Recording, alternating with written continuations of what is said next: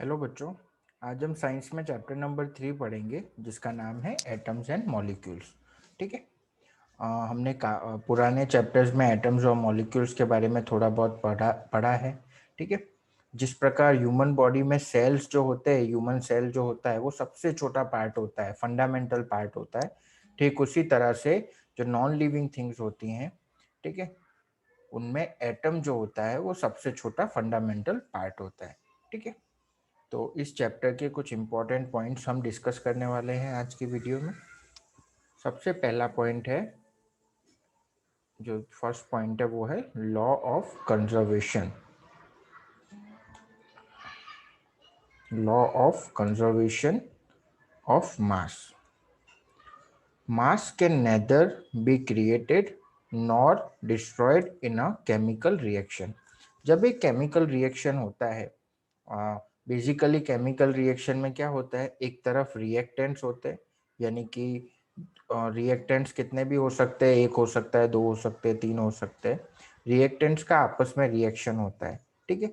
तो जो रिएक्टेंट का मास होता है बच्चों, ठीक है, और जो प्रोडक्ट का मास होता है वो दोनों इक्वल होते हैं।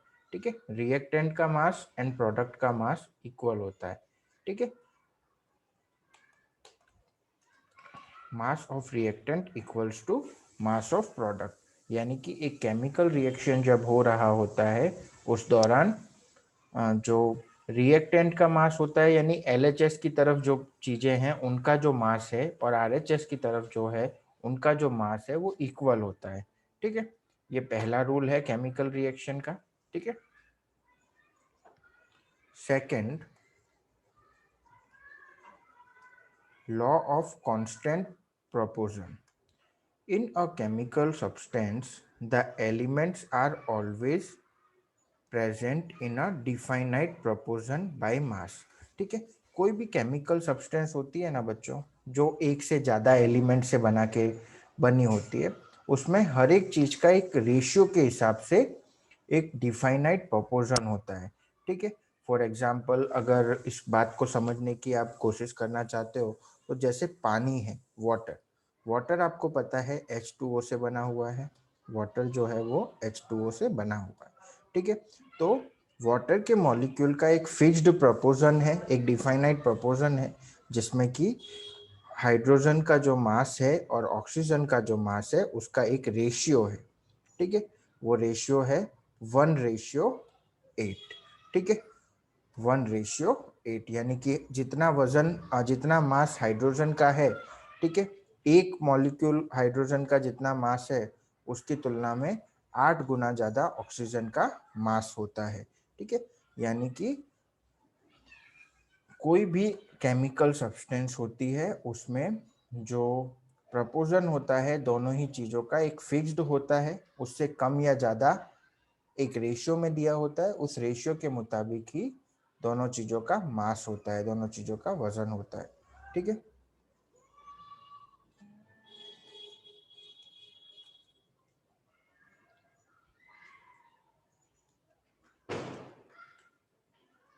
अब हम डिस्कस करते हैं डाल्टन्स की atomic theory. Every matter is made up of a very small और टाइनी पार्टिकल्स कॉल्ड एटम। जैसा कि चैप्टर के शुरुआत में मैंने बताया आपको, हर एक चीज छोटे छोटे, सबसे छोटी चीज जो होती है, हर एक जो मैटर है वो एक सबसे छोटी चीज जिसका नाम है एटम, उनसे बनी हुई होती है। ठीक है। Atoms are not divisible and cannot be created or destroyed in a chemical reaction। Atom से छोटा कुछ भी नहीं होता, यानी एटम को आप और छोटे पार्ट में डिवाइड नहीं कर सकते। ठीक है। और साथ ही साथ जब एक केमिकल रिएक्शन हो रहा होता है तो केमिकल रिएक्शन के दौरान कोई भी एटम ना तो क्रिएट किया जा सकता है ना डिस्ट्रॉय किया जा सकता है, बस वो एक फॉर्म से दूसरे फॉर्म में कन्वर्ट किया जा सकता है उनको। ठीक है। All atoms of a given elements are same in size, mass and chemical property। जो एक एलिमेंट होता है वो एक ही प्रकार के एटम से बना हुआ होता है, यानी कि जो एलिमेंट होता है उसमें जितने भी एटम होते हैं उनका साइज, उनका मास और उनकी केमिकल प्रॉपर्टी सेम होती है, क्योंकि एलिमेंट एक ही प्रकार के एटम से बना हुआ होता है। Atoms of different elements are different in size, mass and chemical properties. ठीक है, लेकिन अलग अलग एलिमेंट्स की हम बात करें तो अलग अलग एलिमेंट्स में अलग अलग तरह के एटम्स होते हैं, उनका साइज भी अलग होता है, मास भी अलग होता है और केमिकल प्रॉपर्टीज भी अलग अलग होती है। ठीक है, लेकिन कोई भी एलिमेंट जो है वो एक ही प्रकार के एटम से बना होता है, उसके अंदर जो एटम होते हैं वो सभी एटम एक ही प्रकार के होते हैं, लेकिन दो अलग अलग एलिमेंट्स के एटम्स अलग अलग होते हैं। ठीक है, और उनके अंदर जो एटम्स होते हैं वो सेम होते हैं। Okay, atoms combine in the ratio of a small whole number to form compounds. ठीक है, एटम्स जो होते हैं वो उनका एक रेशियो होता है, उस रेशियो के आधार पर एटम्स कंबाइन होते हैं और कंपाउंड बनाते हैं। ठीक है, जैसे अभी अभी ऊपर हमने हाइड्रोजन और वाटर का जो हाइड्रोजन और ऑक्सीजन का रेशियो देखा, जिससे कौन सा कंपाउंड फॉर्म हुआ था, वाटर का कंपाउंड फॉर्म हुआ था, उस तरह से। ठीक है, the relative numbers and kinds of atoms are constant in a given compound. कोई भी कंपाउंड जो होता है उसमें दोनों एटम्स जो होते हैं, दो एटम्स या तीन एटम या जितने भी एटम्स होते हैं, उनका रिलेटिव नंबर और काइंड ऑफ एटम सेम होते हैं। ठीक है बच्चों,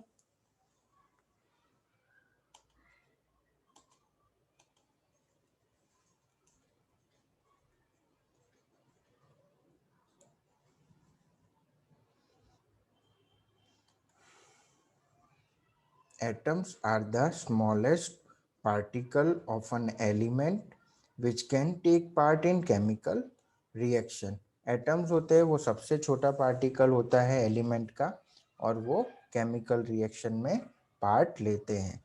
ठीक है, अगर एटम के साइज की बात करें तो एटॉमिक रेडियस को नैनोमीटर्स में मेजर किया जाता है। और आप सोच रहे होंगे नैनोमीटर क्या होता है, तो 1 नैनोमीटर जो है, या फिर मैं बात करूं 1 metre equals to 10⁻⁹ nanometre.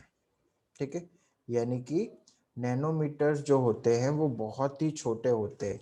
1 metre के अंदर 10 को 9 टाइम्स मल्टीप्लाई किया जाए उतने नैनोमीटर्स होते हैं 1 मीटर के अंदर। ठीक है,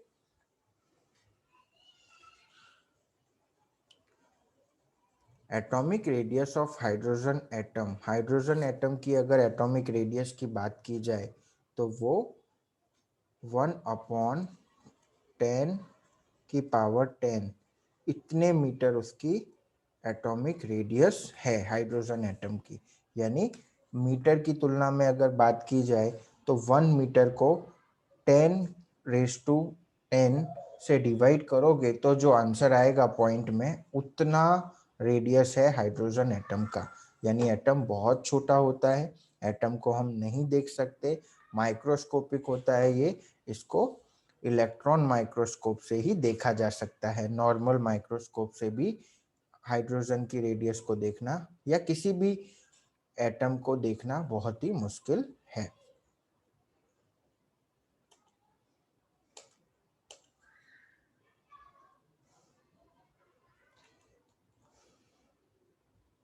ये कुछ एलिमेंट्स हैं और उनके सिंबल है। डेल्टन ने जब एलिमेंट्स और उनके सिंबल्स बताए थे तो इस प्रकार से उन्होंने हाइड्रोजन का सिंबल, कार्बन का सिंबल, ऑक्सीजन, फास्फोरस और कुछ एलिमेंट्स के सिंबल्स उन्होंने अपनी तरफ से बताए थे। ठीक है, हालांकि जो अब हम जिन सिंबल्स का यूज़ करते हैं वो इस प्रकार है। हाइड्रोजन का हम H इस्तेमाल करते हैं। हमेशा जो सिंबल्स होते हैं एलिमेंट्स के, उनका पहला लेटर कैपिटल ही होता है। हीलियम का He, सेकंड लेटर स्मॉल होता है। कार्बन का C, कॉपर का Cu, कोबाल्ट का Co, क्लोरीन का Cl, ये सारे के सारे एलिमेंट्स के नाम और इनके जो सिंबल है ये आपको अच्छी तरह से याद होना जरूरी है, क्योंकि ये सब केमिकल रिएक्शन में आपके काम आने वाले हैं। ठीक है।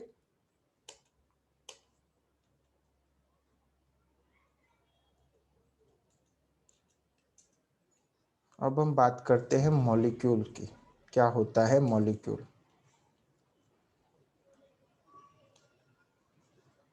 It is a smallest particle of an element or a compound which can exist independently।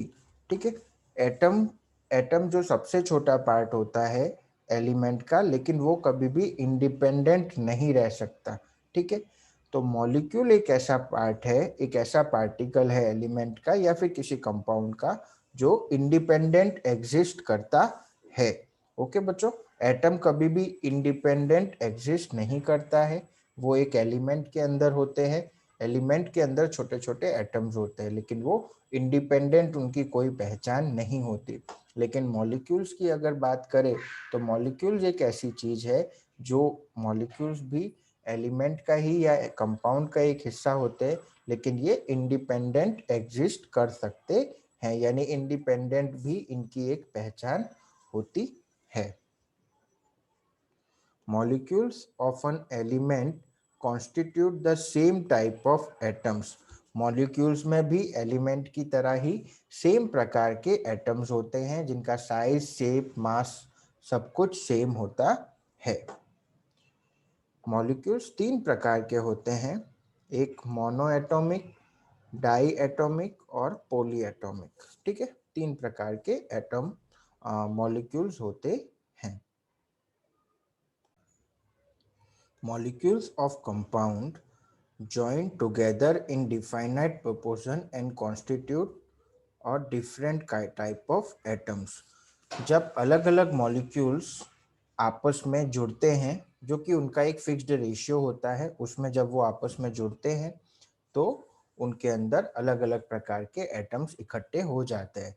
जैसे कि एक मॉलिक्यूल एक ही प्रकार के एटम से बना होता है और दूसरा मॉलिक्यूल दूसरे प्रकार के एटम से बना होता है। जब दोनों मॉलिक्यूल्स एक दूसरे के साथ मिलकर कुछ नया बनाते हैं, तब उनके एटम्स अलग अलग प्रकार के हो जाते